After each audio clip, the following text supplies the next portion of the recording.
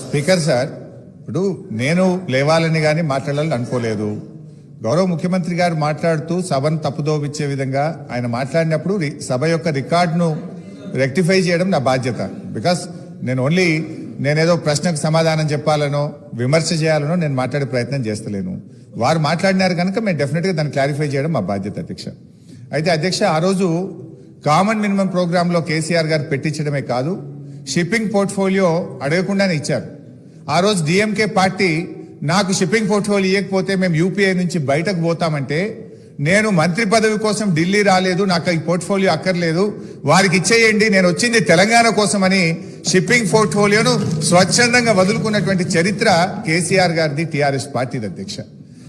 ఈరోజు రేవంత్ రెడ్డి గారు మాట్లాడుతూ మేమేదో పదవులు ఇచ్చినామని, పదవులను గడ్డిపోచల్లాగా త్యజించిన చరిత్ర ఈ దేశంలో ఎవరికన్నా ఉందంటే అది కేసీఆర్ కు, టీఆర్ఎస్ పార్టీకి ఉంది.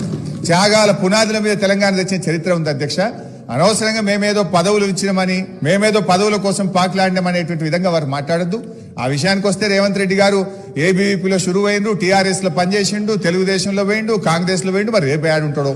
పార్టీలు మారిన చరిత్రలు మీకున్నాయి, కానీ మాకు అట్లాంటిది ఏం లేదు అధ్యక్ష. ఇకపోతే మా శ్రీధర్ బాబు గారు లేచి మళ్ళీ నన్ను ఆయన గెలికే ప్రయత్నం చేసిండు, లేకపోతే ఆయన గురించి మాట్లాడాల్సిన అవసరం లేదు అధ్యక్ష. ఆ రోజు ఇదే శాసనసభలో కిరణ్ కుమార్ రెడ్డి గారు ముఖ్యమంత్రిగా ఉన్నప్పుడు నీ తెలంగాణకు నీకు ₹1 అన్నాడు. పేగులు దిగదాకా కొట్లాడింది ఎవరు, పెదవులు మూసింది ఎవరో కూడా ఈ రాష్ట్ర ప్రజలకు గుర్తున్నది అధ్యక్ష. ఉన్నారు ఇవాళ ఇక్కడ చాలా మంది, ఆ రోజు ఉన్న వాళ్ళు కూడా ఇక్కడ ఉన్నారు. ఆ రోజు మేము పేగులు దిగదాకా పోడియంలోకి పోయి కొట్లాడినాము, ఆ రోజు మీరు పెదవులు మూసుకొని మాట్లాడినటువంటి చరిత్ర కూడా కాంగ్రెస్ పార్టీకి ఉంది అధ్యక్ష. నేను అనేది మాకు ఓపుకున్నది అధ్యక్ష. దయచేసి మీరు మా మీద విమర్శలు మాని, ప్రజలు మీకు అధికారం ఇచ్చారు, మీకు అవకాశం ఇచ్చారు, మీరు ప్రజలకిచ్చిన ఆ గ్యారంటీలు ఎలా అమలు చేస్తారో దాని మీద దృష్టి పెట్టే ప్రయత్నం చేయండి. దానికి నిర్మాణాత్మకమైన ప్రతిపక్షంగా మేము సహకరిస్తాం, సూచనలు ఇస్తాం. కానీ ఎంతసేపు మీరు మా మీద నెపాలు నెట్టో, మా మీద బురద జల్లేటువంటి ప్రయత్నం మాని ప్రజలకు మీద ఇచ్చిన హామీల అమలు మీద, పరిపాలన మీద దృష్టి పెట్టండి అని మీ ద్వారా వారికి హితవు.